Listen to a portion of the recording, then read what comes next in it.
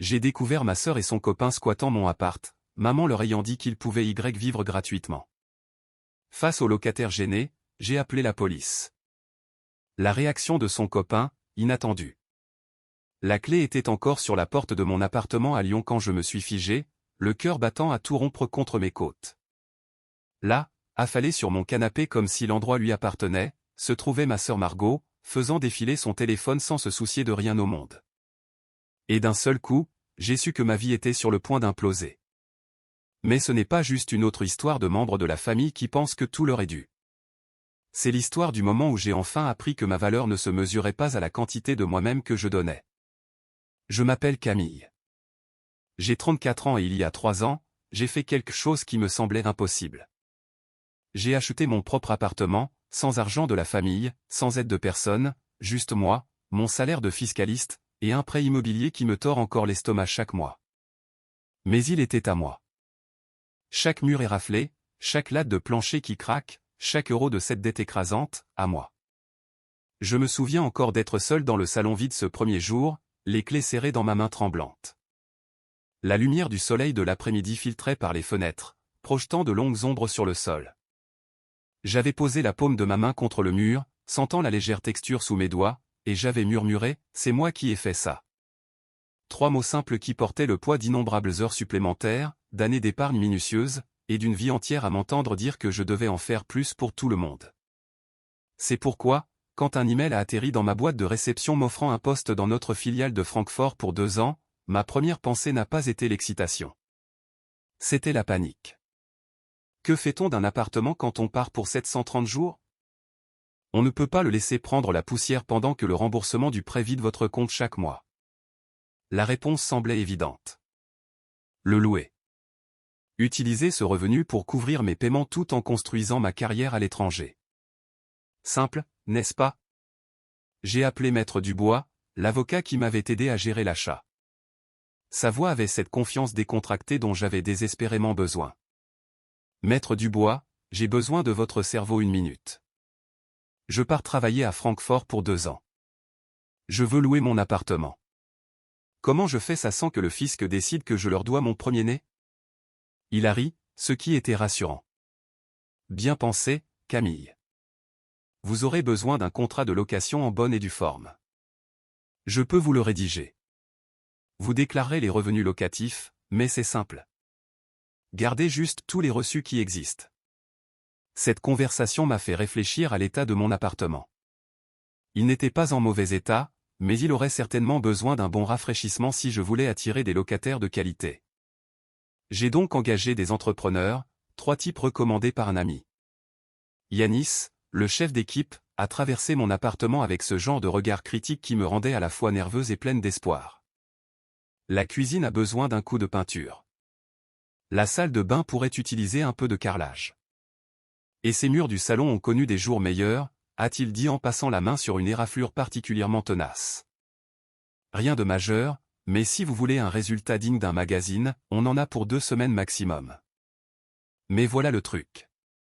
Vous ne pouvez pas rester ici pendant qu'on travaille. Trop de poussière, trop de bruit.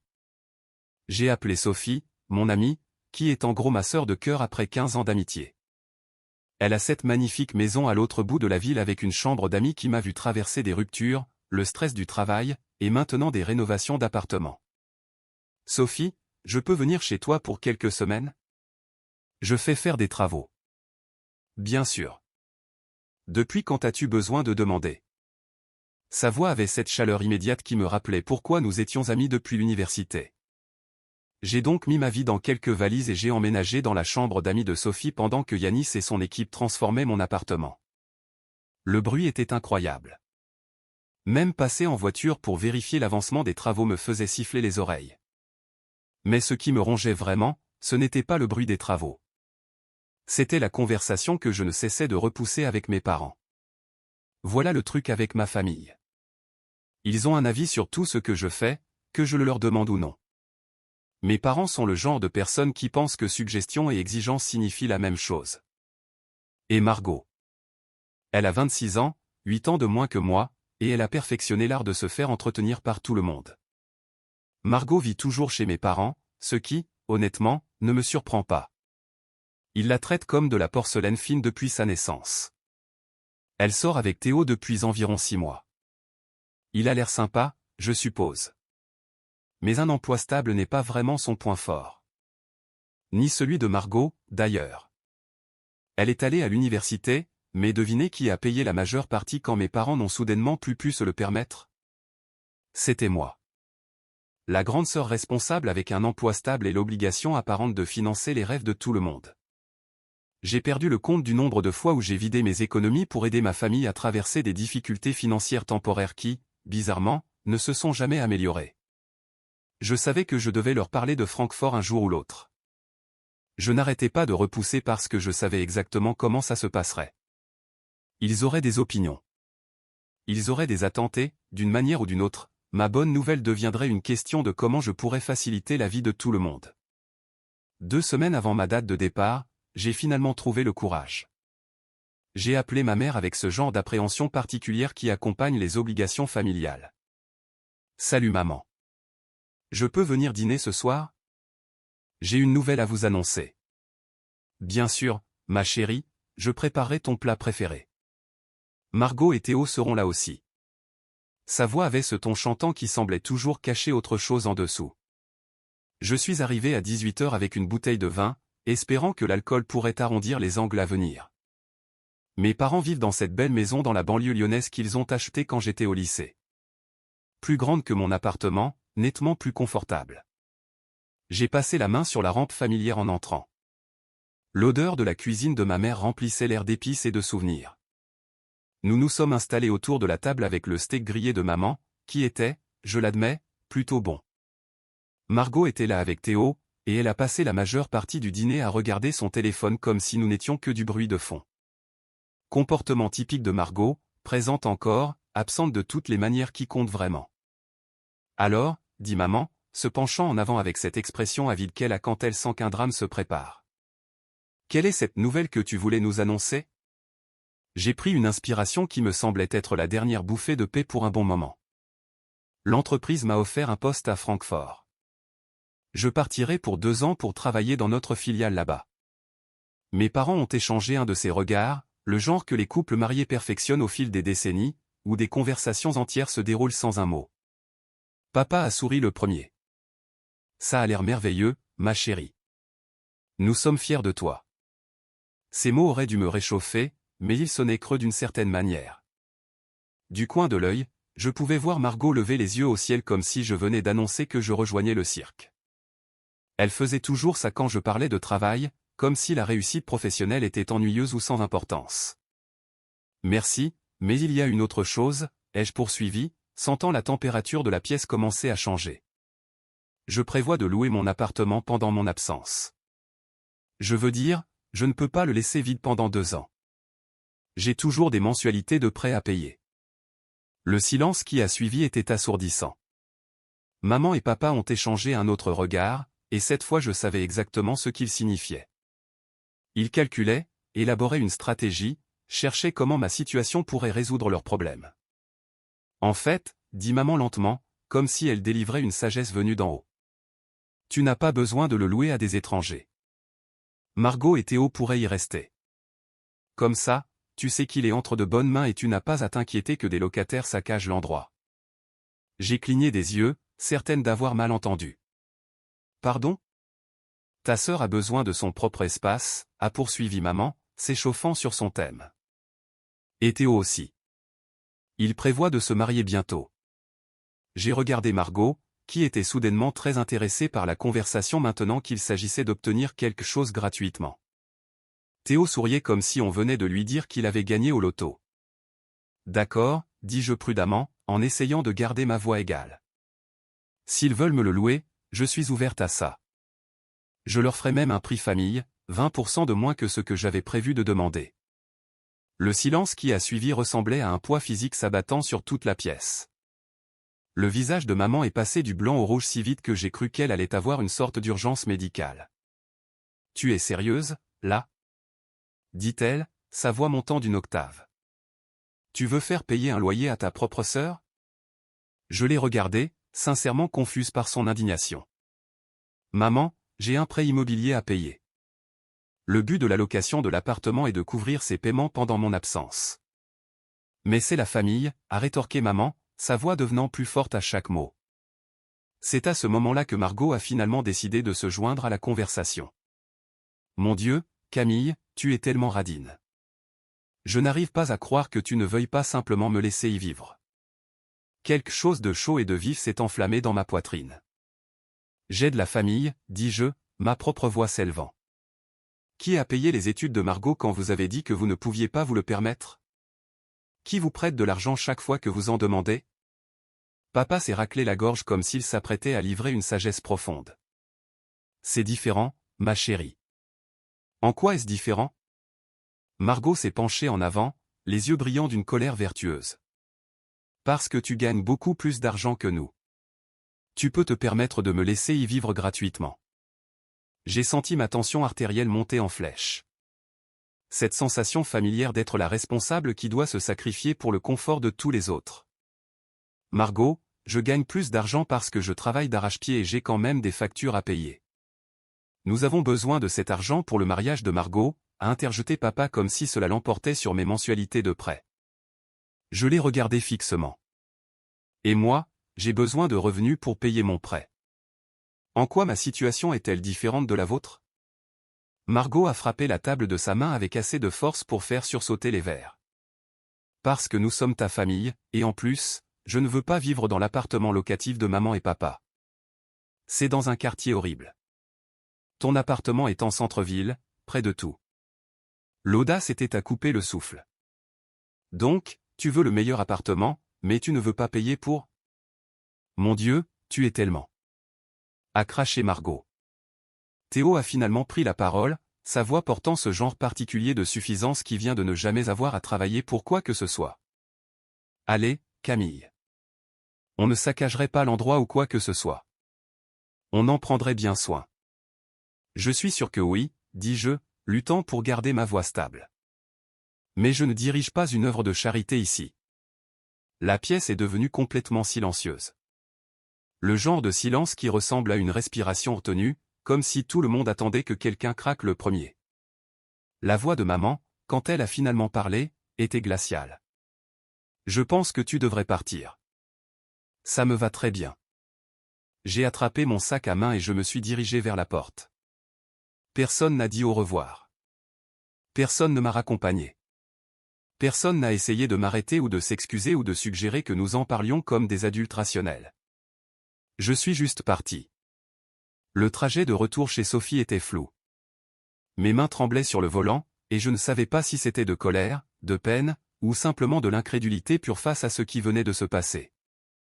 Comment osaient-ils agir comme si je leur devais quelque chose, comme si j'étais déraisonnable de vouloir être payé pour l'utilisation de mon propre appartement? Sophie était dans la cuisine quand je suis entré, elle a jeté un coup d'œil à mon visage et est immédiatement passée en mode meilleur ami en situation de crise. Oh, ma chérie, que s'est-il passé? Je lui ai tout raconté.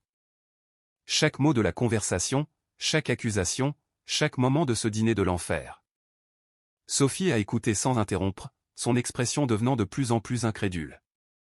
Camille, ma chérie, je déteste dire ça, mais ils ont toujours favorisé Margot. Même quand on était au lycée, c'était évident. Margot s'en sort avec tout, et on attend de toi que tu sois la responsable qui répare les pots cassés de tout le monde. Je me suis assise à sa table de cuisine et j'ai mis ma tête dans mes mains. Je sais. Je sais que tu as raison, mais ça fait quand même mal. Sophie nous a fait du thé à toutes les deux, la vapeur s'élevant entre nous comme une fragile barrière contre le monde. Elle m'a rappelé toutes les fois au fil des ans où mes parents m'avaient traité comme le distributeur de billets familial, s'attendant à ce que je résolve leurs problèmes financiers sans jamais reconnaître le sacrifice que cela exigeait. Tu fais ce qu'il faut, a-t-elle dit fermement. Ne les laisse pas te culpabiliser pour te faire changer d'avis. Je ne le ferai pas. Mais mon Dieu, ça fait vraiment mal. Les 3 jours suivants ont été étrangement calmes. Pas d'appel de mes parents, pas de SMS de Margot, rien. Une partie de moi était soulagée, mais une autre était aussi blessée. Comme s'ils ne pouvaient même pas essayer de comprendre ma position ou de s'excuser pour la façon dont ils m'avaient traité. Le 4e jour, je suis allé vérifier les travaux de rénovation. Yanis et son équipe avaient terminé. Et honnêtement, l'endroit était incroyable. De la peinture fraîche partout, de nouvelles installations dans la salle de bain, même des poignées de placards modernisés dans la cuisine. Ils avaient fait un travail formidable. Après leur départ, je me suis assise dans mon bel appartement vide et j'ai parcouru les candidatures de location que j'avais reçues en ligne. Il y en avait pas mal, mais un couple s'est vraiment démarqué. Nicolas et Amélie Dupont. Tous deux avaient d'excellents emplois, des dossiers impeccables et des références élogieuses de leurs anciens propriétaires. Ils semblaient être exactement le genre de locataire dont rêve tout propriétaire. Je les ai appelés cet après-midi-là. « Bonjour, est-ce bien Amélie ? C'est Camille, au sujet de la location de l'appartement. Souhaitez-vous voir l'endroit ? Je pourrais vous y retrouver après-demain vers 14 h. Ce serait parfait. Nous sommes très intéressés. Merveilleux. Je vous enverrai l'adresse par SMS.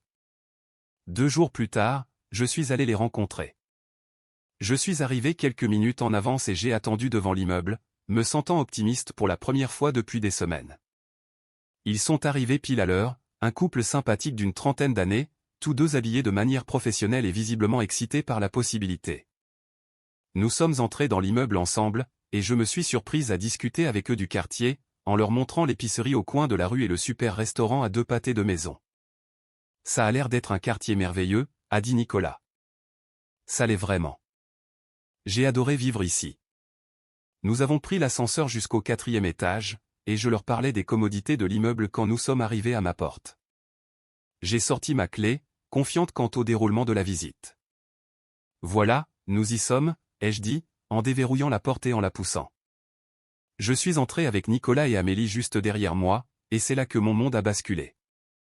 Margot était assise sur mon canapé en pantalon de jogging et en t-shirt élimé, ayant l'air d'être parfaitement chez elle. Théo était dans ma cuisine en train de se faire un sandwich comme s'il était le roi de son propre château. Il y avait des valises empilées dans le coin près de la fenêtre et les vêtements de Margot étaient drapés sur mon fauteuil comme si elle vivait là depuis des semaines. J'ai eu l'impression que quelqu'un m'avait donné un coup de poing directement dans l'estomac. « C'est quoi ce bordel ?» ai-je dit, ma voix sortant étranglée.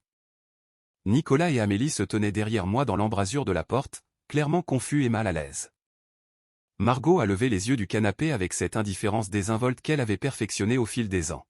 « Oh, salut Camille, tu aurais dû frapper. » « Frapper ?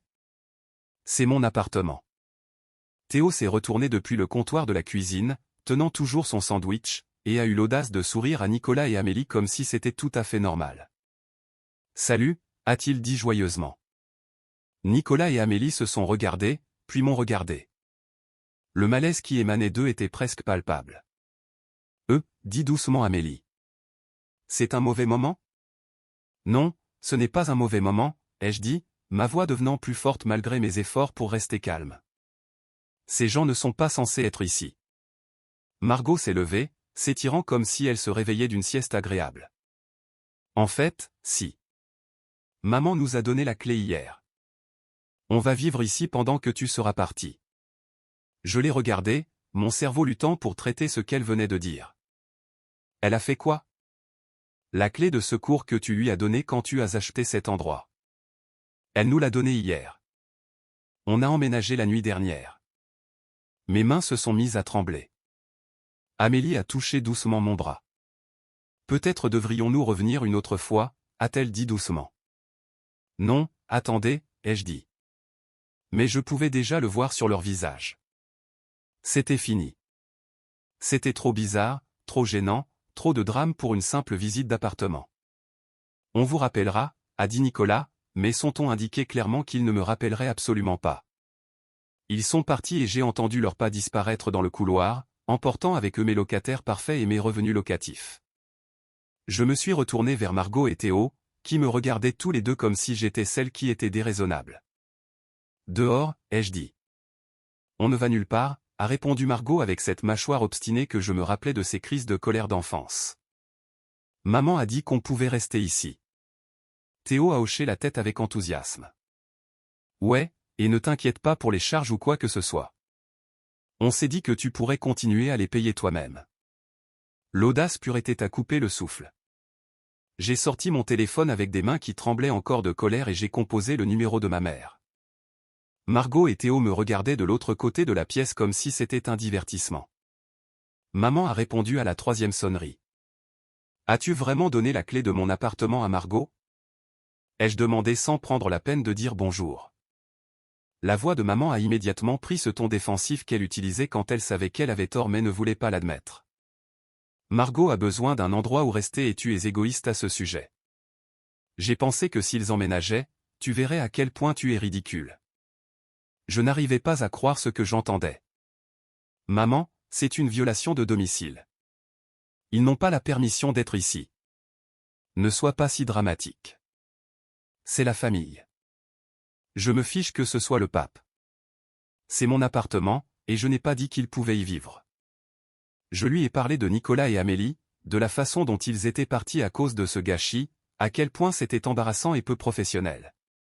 Maman a juste continué à insister sur le fait que je surréagissais et que j'étais radine. Je lui ai raccroché au nez. Derrière moi, Margot était en train de rire. Tu aurais dû voir ta tête quand tu es entré, a-t-elle dit à Théo. C'était impayable. C'était ça. C'est à ce moment-là que quelque chose en moi a finalement craqué.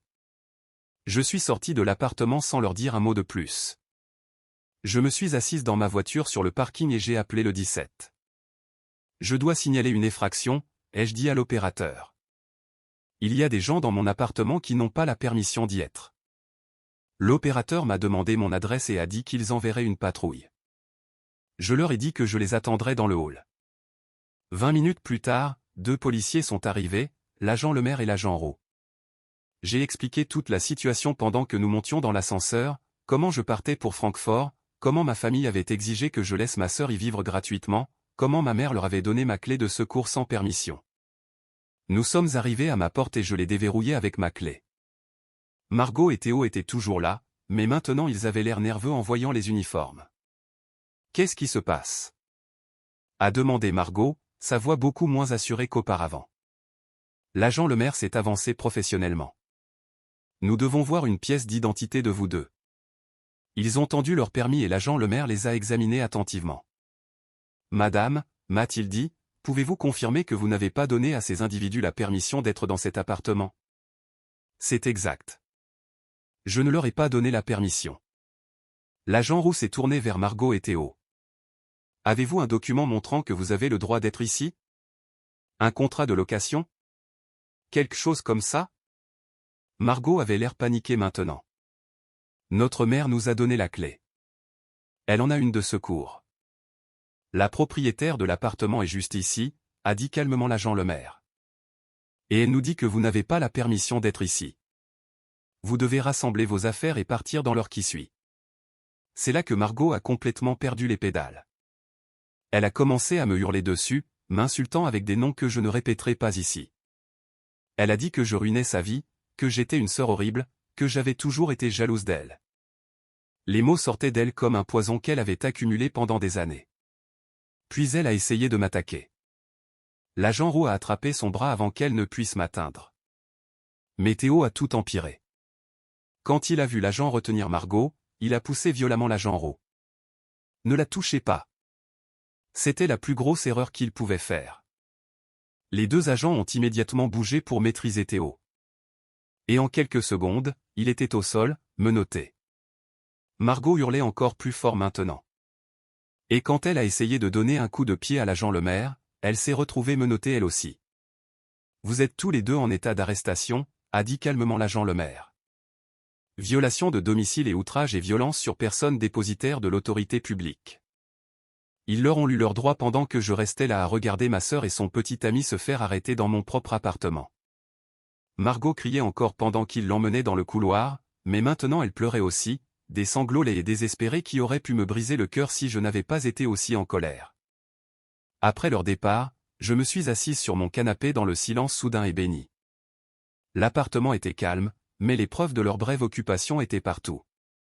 Leurs vêtements, leurs valises, de la nourriture dans la cuisine qui n'était pas la mienne.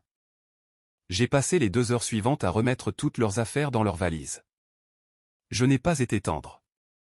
J'ai juste tout fourré dedans et j'ai fermé les sacs. Ensuite, j'ai appelé un service de coursier et je leur ai fait tout livrer chez mes parents. Je ne voulais pas gérer cette confrontation moi-même. Pendant que j'attendais le coursier, j'ai appelé un serrurier que le concierge de l'immeuble m'avait recommandé lorsque j'avais emménagé. Bonjour, c'est Camille de l'appartement 4B. J'ai besoin de faire changer mes serrures aujourd'hui, genre maintenant si possible. Il a dit qu'il pouvait être là dans 1 heure. Et fidèle à sa parole, il est arrivé avec ses outils et a installé des serrures complètement neuves en 30 minutes. J'avais maintenant des clés entièrement nouvelles et la clé de secours de mes parents était absolument inutile. Pendant tout le temps qu'il travaillait, mon téléphone n'arrêtait pas de sonner. Mes parents, appelant encore et encore. Je n'ai pas répondu. Puis les SMS ont commencé. Message après message de ma mère. J'étais une fille horrible. J'étais égoïste. Je détruisais la famille. J'étais un monstre pour avoir fait arrêter ma propre sœur. Je n'ai répondu à aucun d'eux. Le lendemain matin, l'agent Lemaire m'a rappelé. Nous voulions vous informer que votre sœur et son petit ami ont passé la nuit en garde à vue. Ils demandent si vous voulez porter plainte. J'y ai réfléchi un long moment. Une partie de moi voulait porter plainte, mais ils étaient toujours de la famille, même s'ils agissaient comme des idiots complets. Non, je ne veux pas porter plainte pour la violation de domicile. Mais ce que Théo a fait à votre collègue, c'est à vous de voir. Il aura probablement une amende et des travaux d'intérêt général. Peut-être un stage de citoyenneté. Ce n'est pas mon problème, ai-je dit, et je le pensais. J'ai réalisé que je manquais de temps pour trouver des locataires par moi-même. Il ne me restait qu'environ 1 semaine avant de devoir partir pour Francfort, et j'avais déjà perdu Nicolas et Amélie à cause de ce désastre. J'ai donc appelé mon ami Stéphane, qui est agent immobilier. Stéphane, j'ai besoin d'aide. Je pars pour Francfort dans 1 semaine, et je dois louer mon appartement rapidement. Peux-tu m'aider? Bien sûr. Envoie-moi des photos de l'endroit et je le mettrai en annonce correctement. Je m'occuperai des visites et de tout. Toi, concentre-toi sur la préparation de ton voyage. C'était exactement ce que j'avais besoin d'entendre.